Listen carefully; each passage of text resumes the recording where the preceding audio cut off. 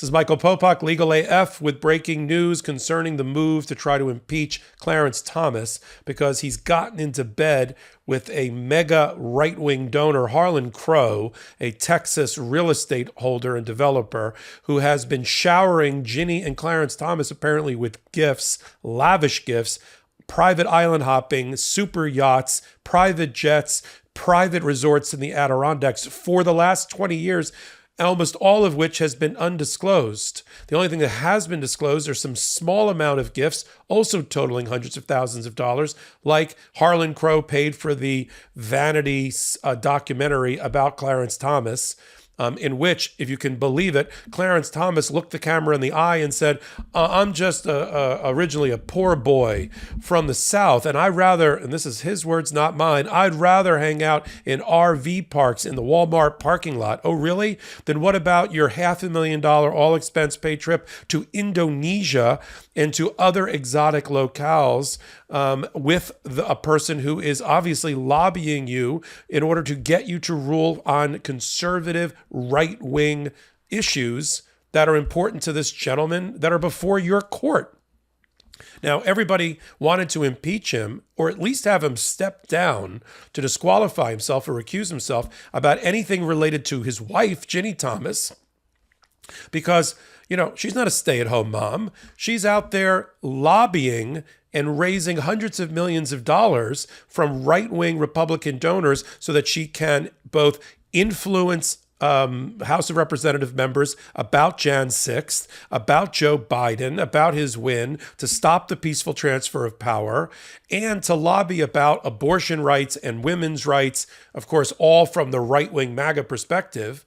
And with it, these matters came up before Clarence Thomas, where he knew or should have known his wife was intimately involved in funding and financing many of the briefs and arguments that were before his court. He never accused himself. But now they've caught his hand red-handed in the cookie jar, at least the cookie jar that stretches onto a super yacht and a super jet that he's been going around on. And people are wondering, why isn't he being impeached? And aren't there ethics rules? And aren't there laws to prevent these types of things? Let's break all that down, and then we'll end with why impeachment is probably unlikely, given that has to start, the prosecution, if you will, has to start in the House of Representatives, and the Democrats don't have the votes there before it goes for the trial, the judges in the Senate. We'll talk about that. But let's talk about what laws may have been broken. Aren't there laws on this? Well, we start from a relatively lawless Supreme Court, even with John Roberts, Justice Roberts, who tries to act like he's the pion of the piousness, the keeper of the flame of democracy and everything right in jurisprudence. Well, his court in particular seems to be nothing of the sort.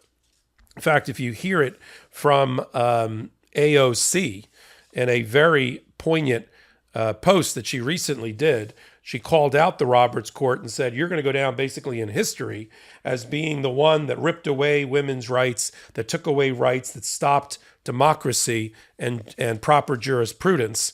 And that's all on your watch, John Roberts. But John Roberts also has another claim to fame. He refuses to impose the same judicial code of conduct that applies to every other federal judge below the Supreme Court on Supreme Court justices.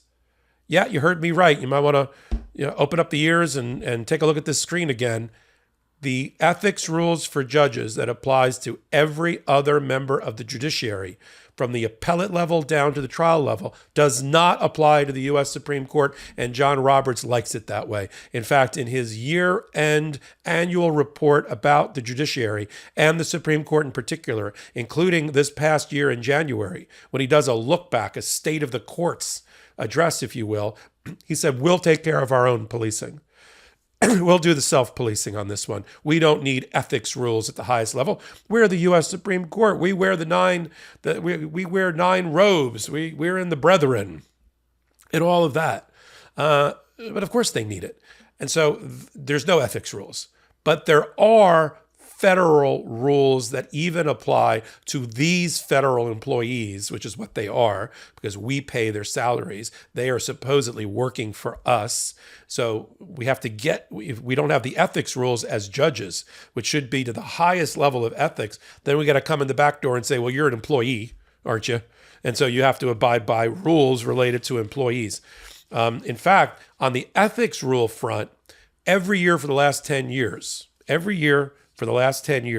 a senator from Connecticut has attempted to pass and has failed to pass a Supreme Court ethics body of law. Chris Murphy, Connecticut, every year for 10 years proposes the Supreme Court Ethics Act. And every year, no matter who's in power, Democrats or Republicans, it gets shot down. So now you're left with, all right, well, they get a paycheck, so let's go the employee route. Now, ever since Watergate, ever since like the 1970s, mid-1970s, all federal employees have to report gifts above, and now it's at a limit of $415.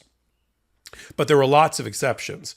Like if somebody, like a donor hosts Clarence Thomas at his private yacht or a residence or island and feeds him while he's there, none of that has to be reported. And apparently Clarence Thomas has said, oh, that's good. So when I go to Indonesia and I go on the 300-foot mega yacht and I go island hopping and I end up at a resort and all that's paid for by the donor, I don't have to report that. I think that's stretching the ethics rules a bit. In fact, that's what the Senate believes. And now the Senate Democrats, who are in the majority, are attacking this problem even before the revelation by ProPublica about Clarence Thomas. We were talking about this issue weeks or months ago, ever since the election.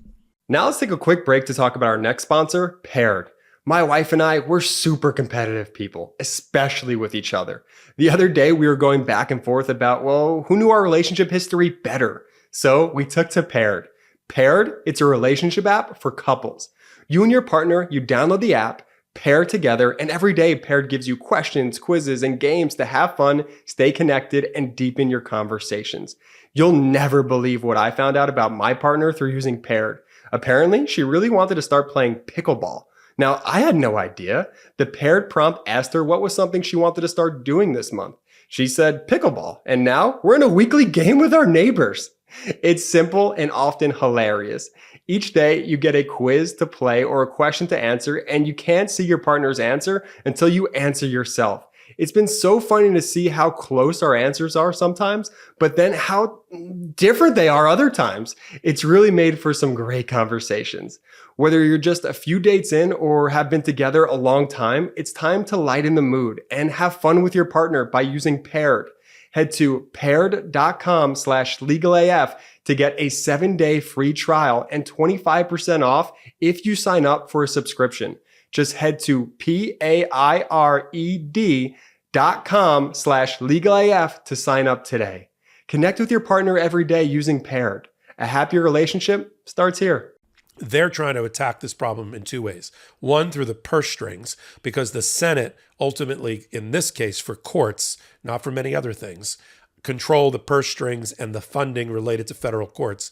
So John Roberts, look out, because your budget may be cut unless you pass an ethics rule. So says people like Dick Durbin and others like Sheldon Whitehouse of Rhode Island, who are all over this issue because of the committees that they had, the Judiciary Committee and other committees on federal courts at the Senate level. That's one way to go after it. The other way to go after it, also through ultimately Sheldon Whitehouse, who I've been said I look something like, but we'll leave that for another hot take. Sheldon Whitehouse is also supervising this through the Financial Disclosure Conference of the Judicial Conference of the United States and the Committee on Financial Disclosure. That's a mouthful, but that's a committee that is ultimately reports to Sheldon Whitehouse, who runs a subcommittee on federal courts, who reports ultimately through to Dick Durbin, who is the Senate chairman of the judiciary. So you got 3 layers there, but they all got eyes on this.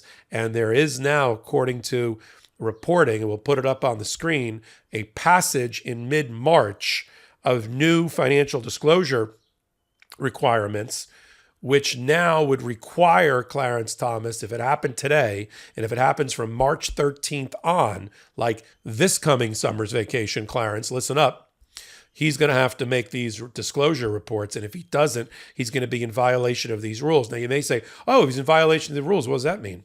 Well, there are laws on the books, and we'll put one up on the screen, particularly 5 USC 7353, which says ultimately it is a violation of that statute if judicial officers either solicit or accept anything of value from a person who has business in front of the court. So you're going to have to link this new set of laws that came out in March to this statute and argue that there's a violation, and then you make your case for impeachment. Let's turn to impeachment. Is that going to happen? Let me manage expectations. It is not. Doesn't matter how ugly these White Lotus type allegations, not even allegations, proof, ProPublica, go to the article, has all the photos of Clarence Thomas, in Indonesia, on super yachts, everywhere else, has all the interviews. This is rock solid reporting, not corroborated just by 3 people, corroborated by dozens and dozens of people. So that's a fact. Is it going to stop him? Is it going to lead to impeachment? It's not. Because let's talk quickly about the impeachment process. You've got to have a majority of the House. The House managers who are appointed, who are elected officials of the House, is where impeachment, articles of impeachment are developed and voted upon. You can't start it the other way around, right? You can't put the cart before the horse. The Senate can't do it. The prosecutors are the House. We don't, the Democrats, the progressives don't have the majority. They may have it in 2024. They don't have it now. Then you got to get to the Senate. The Senate is the court, right? Prosecutors are the House. The Senate is the court. The trial of that impeachment, articles of impeachment against Clarence Thomas, would be tried in the Senate by senators sitting in judgment in order for the impeachment articles to lead to a conviction. So that you're not just impeached, you're convicted, right? Donald Trump was impeached twice, but he was never convicted. You got to get 2/3 vote of the Senate. Well, let's do the math. That means 67 senators have to vote to impeach Clarence Thomas. 67 voters. The Democrats only have 51. Which means they're going to have to get a defection of more than a dozen, up to 16 Republicans to go across the aisle and vote for the impeachment of Clarence Thomas. I'll stop here for a moment while you think about if that's really going to happen. Okay, have you decided that that's not going to happen? Because that's not going to happen. We're not getting 67 votes to convict Clarence Thomas. So all you can do is continue, as AOC has, as these hot takes, as the MeidasTouch network has, is to bring these things to light so that people know what is going on. But the reality is, it's not just the odds are against it. One Supreme Court justice in the history of the Supreme Court has been impeached, and even he wasn't convicted. And only 15 judges in total have been impeached, and many of them not convicted. So let's not hang our collective hats on Clarence Thomas getting impeached. But all of these stories and all of these reportings are hopefully to move Justice Roberts, Chief Justice Roberts. He's our only hope. I hate to put it that way, but he's our Obi-Wan Kenobi here, is to move him to start clipping the wings of people like Clarence Thomas, get so disgusted and fed up that he decides, which is his choice, to impose the rules of ethics, judicial ethics, on Supreme Court justices as well, holding them to that higher level, forcing them to recuse and disqualify themselves when people like Ginni Thomas, who's obviously being lobbied and is a lobbyist for right-wing MAGA Federalist Society causes, leads Clarence Thomas to step down. The more pressure you put on him, the more pressure you put on 74-year-old Clarence Thomas and on ultimately Chief Justice Roberts, maybe, just maybe, we get a result. The Senate Democrats aren't waiting around for altruism and the invisible hand to get Justice Roberts to do the right thing. In the meantime, they're going to start clipping the purse strings and bringing back and saying, you know what, Roberts, You wanted, $350 million for the federal courts. Why don't you try it on $200 million? And we'll talk and we'll hold back the $150 until you do the right thing on ethics codes applicable to the Supreme Court justices. So that's going to be the fight in 2023 and 2024, led by the Senate Democrats, using examples. Example A, Clarence Thomas.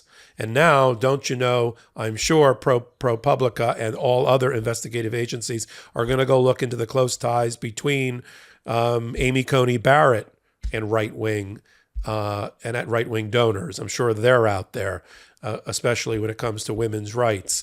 Brett Kavanaugh, Neil Gorsuch, right? Alito. So this should send a shudder down any of their backs if they've got skeletons, financial or otherwise, close ties to right-wing Republican donors, and they're doing bad things, because it will get found out, and we will report it on the MeidasTouch Network on Legal AF every Wednesday and Saturday. We take the top 5 or so stories ripped from the headlines at the intersection of law and politics. We report them on Wednesdays and Saturdays. I do hot takes like this almost every day. In the world of Trump, we're doing them maybe every hour. And then you can follow me on all things social media. I'm at MS Popok. This is Michael Popok, Legal AF reporting. Our blue wall stopped the red wave and election deniers got denied election. That's why we're celebrating with the new Democracy Prevails team. We've got lots of work to do, but we should all be proud that when democracy was tested, democracy prevailed. You've earned this. Don't wait. Get yours right now at store.meidastouch.com. That's store.meidastouch.com.